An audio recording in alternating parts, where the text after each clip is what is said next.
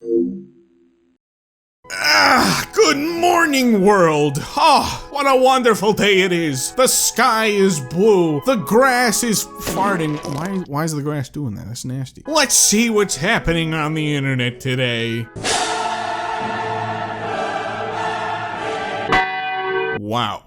Okay, so in a shocking turn of events, Microsoft has acquired ActiBlizz Blizzard out of nowhere. Completely blindsided us.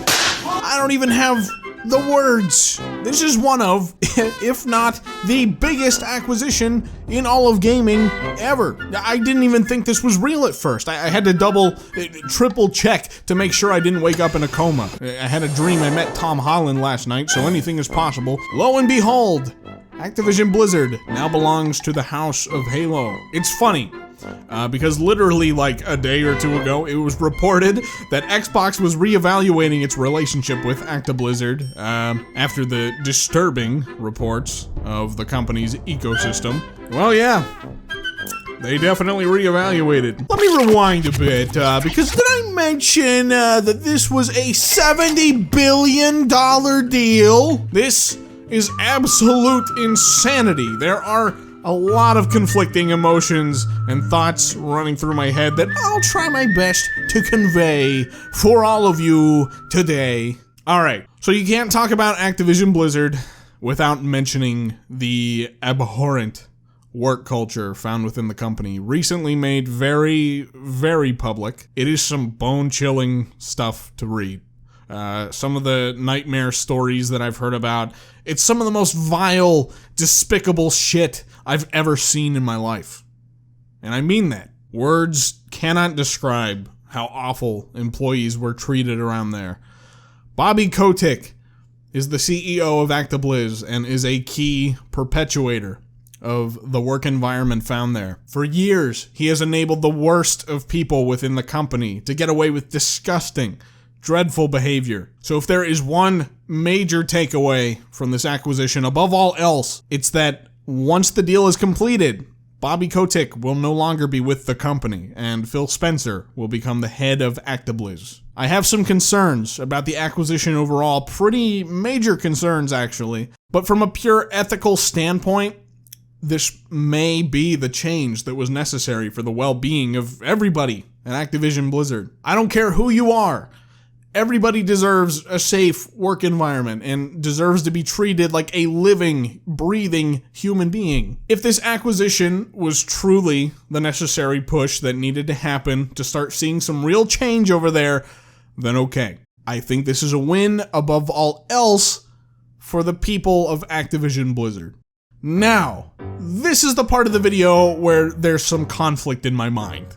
Make no mistake, I do think getting some real change started at ActiBlizz Blizzard is a big enough triumph to justify the whole deal. Assuming that things actually do start to turn around for the better there. It can't be ignored, however, that an acquisition of this scope and scale will have some pretty big ramifications for the overall gaming industry. Microsoft is buying up companies left and right. They are actually starting to become the Disney of the games industry. They are dividing and conquering. Monopolies are no good in any industry. With Microsoft's acquisition of Bethesda and ActiBlizz Blizzard, they now own so many of the biggest franchises in gaming today.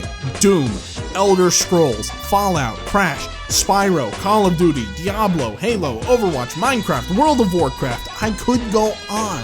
Scrappy, not my chair. Please, cat. This sets a very dangerous precedent. If the snowball wasn't rolling before, it's in full motion now. What am I talking about? Well, I can promise you, this is not the last acquisition we'll see in the future. As a matter of fact, it wouldn't surprise me if we see another massive buyout like this later on this year sometime. From Microsoft? Possibly. This ActiBlizz buyout came literally out of nowhere. It was a huge secret that somehow stayed a secret until just now. However, I'm not referring to just Microsoft. There's a solid chance that Sony or Nintendo may begin acquiring more companies and studios as well. Matter of fact, I'd say that's a very highly likely scenario. If they continue to sit idly by, they take the risk of Microsoft buying up more important game companies, which will greatly affect their own bottom lines if we start to see these major releases on Xbox exclusively. Or even, you know, if you look at it from either Sony or Nintendo's perspective, like say Sony ends up purchasing Square Enix or Capcom or Rockstar, and then Nintendo is left with none of those games. That's no good. That's no good for their bottom lines. So what we are at the beginning of seeing is the start of what I will dub the Great Divide. We are witnessing history in the making. The games industry is being sliced up like a pie and distributed to these massive corporations. Buying out the competition will hurt the industry at large. It stifles innovation. It hurts everyone in the space, from companies to consumers. It's a very, very, very dangerous precedent being set, one that I'm afraid is probably too late to stop at this point. We may be facing a world where all the industry's major players are divided up among the gaming elites, Microsoft, Sony, and Nintendo. Imagine a world where Sony owns Rockstar. All the new Grand Theft Autos and Red Deads are locked to PlayStation, or all the Capcom and Square Enix games going exclusively to Nintendo. This will mean if any of your favorite games are at any of these studios, you'll need to own every system to have a chance to play them. Not bad enough for you if Microsoft, Sony, and Nintendo were to have such massive stakes in the industry.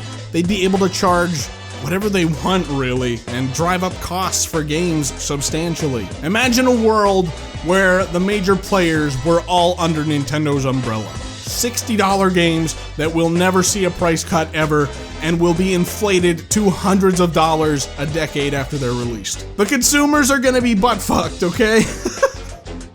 Let's just say that. Let's just leave it at that. I've already said it, but I don't think there's any way around it at this point. It's no longer what if, it's when will these other major gaming studios get snatched up? It is not a good direction for the gaming industry. Maybe it'll help franchises like Crash, Spyro, Banjo, whatever, get back on their feet. And that seems neat in the short term, but if you're looking at it through that lens, you're missing the much grander picture. It's scary.